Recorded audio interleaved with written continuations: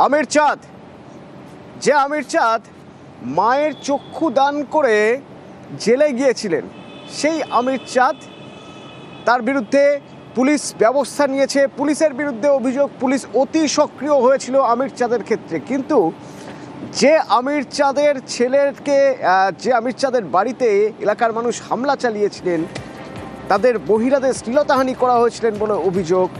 এমনকি আমির চাঁদের ছেলের চোখ উপড়ে নেবেন বলেছিলেন বলে অভিযোগ। তাদের বিরুদ্ধে পুলিশ এখনো কি ব্যবস্থা নিয়েছে?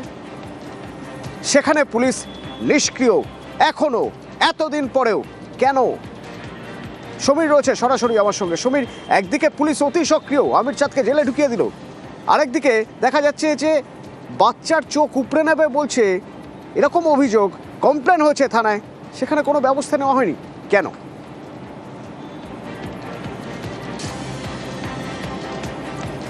দেখো, গত রবিবার এলাকার লোকজন যখন আমির চাঁদের বাড়িতে গিয়ে বিক্ষোভ দেখায়, অভিযোগ তোলা হয় আমির চাঁদ তার মায়ের চোখ তুলে বিক্রি করে দিয়েছে, সেই অভিযোগের ভিত্তিতে আমির চাঁদকে এবং তার পরিবারের আরও 4 সদস্যকে পুলিশ গ্রেপ্তার করে এবং পরের দিনকে আদালতে পাঠালে 3 দিনের জেল হেফাজতের নির্দেশ দেওয়া হয়।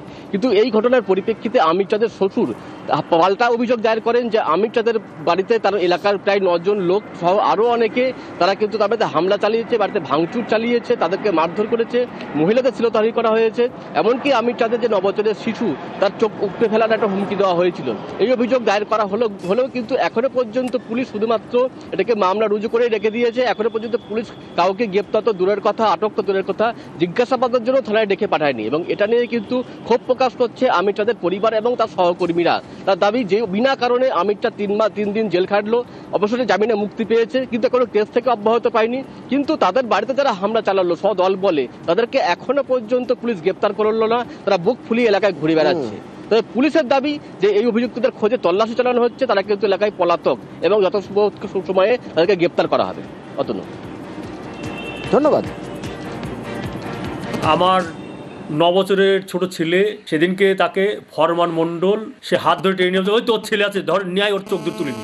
এইবার সেই ছেলেকে ফোন করলাম, তো সে বলছে আমি এখন বাড়ি যাব না, গেলেই আমার চোখ তুলে নেবে।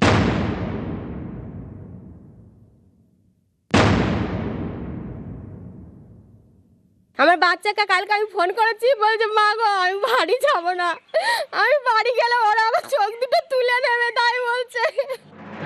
ভয়ে কাঠ সমাজকর্মী আমির চাঁদ শেখের 9 বছরের ছেলে। ঘটনার সূত্রপাত গত রবিবার। বাড়িতেই মারা যান সমাজকর্মী আমির চাঁদ শেখের মা, তার চোখ দান করেন ছেলে। এতে প্রতিবেশীদের কুসংস্কার ধাক্কা খায়। অভিযোগ, বেশ কয়েকজন চড়াও হন সমাজকর্মীর বাড়িতে, তখনই নাকি তারা বদলা নিতে চান। চোখ দানের বদলা নিতে 9 বছরের শিশুর চোখ উপড়ানোর হুমকি। আতঙ্কে আমির চাঁদের স্ত্রী মহসিনা তার মায়ের কাছে পাঠিয়ে দেন ছেলেকে, কিন্তু বাচ্চা ছেলেটির কানে এই কথাগুলো বাজতে থাকে। চোখ উপড়ে নেওয়ার সেই হুমকি, আজও বাচ্চাটি ভয়ে কাঠ। তাই মা বাবা বাড়ি ফেরা সত্ত্বেও বাচ্চাটি আর বাড়ি ফিরতে চাইছে না।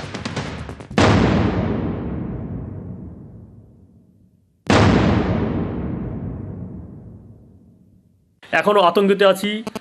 আমার 9 বছরের ছোট ছেলে, সেদিনকে তাকে ফরমান মণ্ডল সে হাত ধরে টেনে নিয়ে, ওই তোর ছেলে আছে, ধর ন্যায়, ওর চোখ দূর তুলে নি। এইবার সেই ছেলেকে ফোন করলাম, তো সে বলছে আমি এখন বাড়ি যাব না, গেলেই আমার চোখ তুলে নেবে। এবং তারা এখন বহাল তবিতে রয়েছে। এই পরিস্থিতিতে কি যে হবে সেটাই আমি এখনো ভেবে পাচ্ছি না। আমার একটা ছোট্ট শিশু সেদিনকে আমাদেরকে তুলে নিয়ে যাওয়ার পর আমার বাচ্চাটা আমার ওইখানে দাঁড়িয়ে ছিল, তারপরে ছেলের হাত ধরে টেনে নিয়ে যাচ্ছে, আয় তোর চোখ তুলে নেবো। আমার ছেলে কান্না করতে করতে আমার মা তখন তাড়াতাড়ি করে নিয়ে ওনাকে ওর হাত ধরে নিয়ে চলে যায়। আমার বাচ্চাকে কালকে আমি ফোন করেছি, বলছে মা গো আমি বাড়ি যাব না, আমি বাড়ি গেলে ওরা আমার চোখ দুটো তুলে নেবে, তাই বলছে।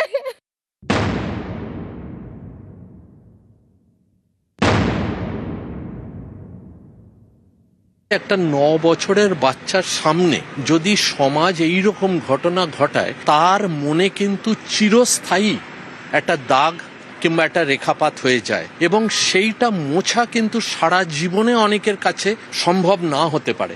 এবং এখান থেকে আজকে তো ভয় পাচ্ছে, কিন্তু পরবর্তীকালে বড় রকমের মানসিক রোগ, anxiety disorder, post traumatic stress disorder, depression, even সাইকোসিস পর্যন্ত হতে পারে।